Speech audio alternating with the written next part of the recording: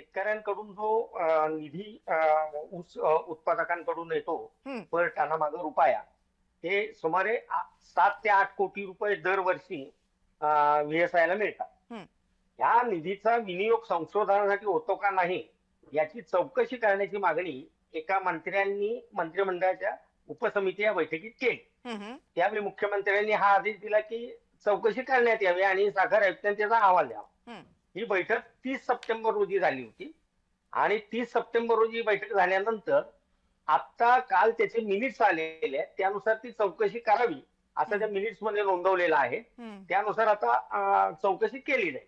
पण यातनं फार काही निष्पन्न होईल हं, असं वाटत नाही. हं. मात्र काँग्रेस आणि राष्ट्रवादी यांच्या वर्चस्वाखालीच मुख्यत्वे राष्ट्रवादी काँग्रेसचे नेते शरद पवार यांच्या नेतृत्वाखाली VSI काम करत असल्यामुळं आणि आगामी स्थानिक स्वराज्य संस्था निवडणुका लक्षात घेता या बातमीची मोठी चर्चा होणार आहे आणि निवडणुकीच्या पार्श्वभूमीवर ह्या आता चौकशीला महत्व प्राप्त होईल एवढंच वाटतं. चौकशीतनं फार काही साध्य होईल असं मला वाटत नाही. एकूण या इन्स्टिट्यूट बद्दल तुमचं काय म्हणणं आहे? म्हणजे गेली अनेक वर्ष ही संस्था काम करते, अनुदानाचं ठीक आहे, पण या संस्थेचा खरंच साखर उद्योगामध्ये, महाराष्ट्राच्या एकूण साखर उद्योगामध्ये काय वाटा आहे? तुम्ही जर पाहिलं तर 19 नोव्हेंबर 1975 साली ही संस्था स्थापन झाली. हं, म्हणजे या 1-2 आठवड्यानंतर याला 50 वर्ष आता पूर्ण होतील. ओके.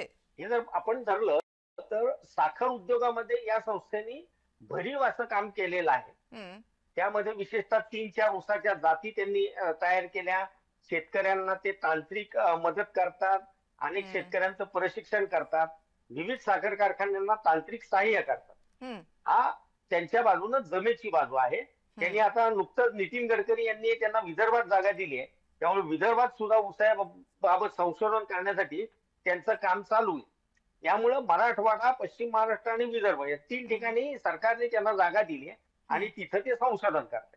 त्यामुळे संशोधनाच्या कामात VSI बद्दल काही म्हणजे ते चांगलं करतायत असं सर्व साधारण साखर कारखानदारीचं सूर दिसतो. ओके. त्यामुळं त्यातनं फारसं काही निघेल हं, असं आता वाटत नाही. हं. 3-4 ऊसाच्या जाती त्यांनी म्हणजे महाराष्ट्राला दिल्यामुळं ऊस उत्पादकांचाही फायदा झालेला आहे. त्यामुळे संशोधन कामात ह्या संस्थेचं काम चांगलं आहे.